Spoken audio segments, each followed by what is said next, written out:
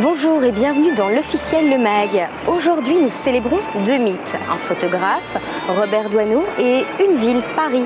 Et plus précisément, le mythique marché alimentaire Les Halles, aujourd'hui disparu. L'hôtel de ville présente jusqu'au 28 avril une exposition intitulée Doisneau, Paris, Les Halles. Pour nous, un plongeon dans le ventre de Paris raconté par Doisneau et aujourd'hui par sa fille, commissaire de l'exposition. C'est parti!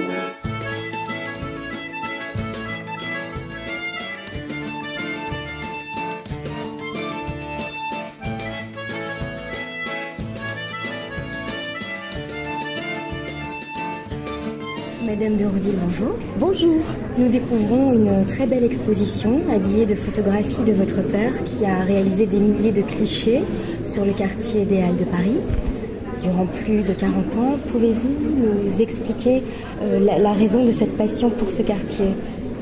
Je crois que les Halles, c'est un peu du sirop de Paris, hein. C'est un quartier qui était formidablement photogénique, formidablement vivant, qui pulsait toute la journée, la nuit. Beaucoup de photographes se sont intéressés aux Halles. C'était un endroit extraordinaire, c'était un endroit tout à fait hors du quotidien.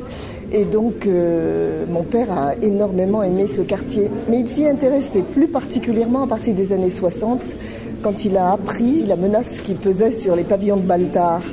Et à ce moment-là, une ou deux fois par semaine, il mettait son réveil à sonner à 3 heures du matin et il partait faire le marché des Halles avec son appareil photo dès le petit jour.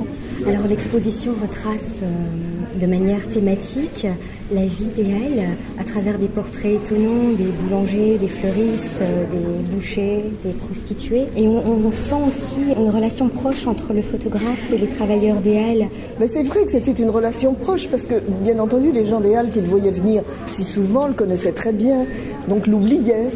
Il était chez lui, il faisait partie de la famille des Halles. Donc il y avait une grande familiarité. On le sent sur les images. On sent effectivement que les gens le regardent frontalement, échangent avec lui, n'ont absolument aucune timidité devant son appareil. Bien entendu, puisque quand on fait un travail au long cours comme ça, on finit par faire partie complètement de la vie qu'on photographie. Et c'est la manière dont il aimait travailler d'ailleurs, hein. Il ne se sentait jamais aussi bien que quand il pouvait venir régulièrement, connaître bien les gens, être en terrain de familiarité totale. Alors selon vous, est-ce que Robert Doisneau est le photographe qui a le mieux immortalisé Paris ?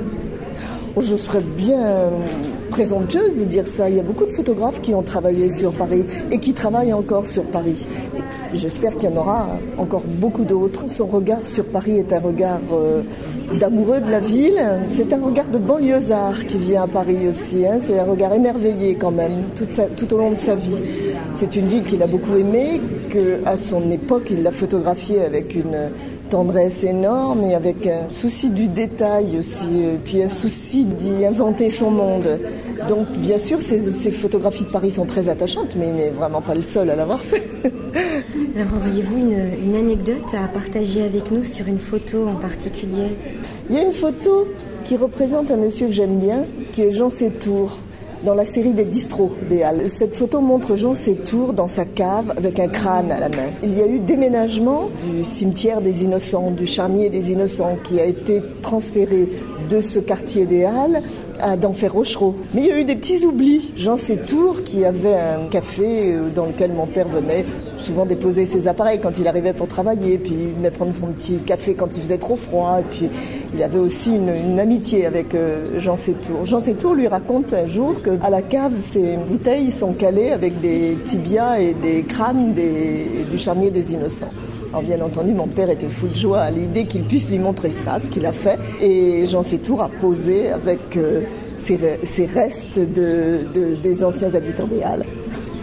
C'est avec le témoignage d'un des plus grands photographes du XXe siècle que s'achève notre exploration d'un petit bout de l'histoire de la ville de Paris. Je vous souhaite une belle semaine, à la semaine prochaine.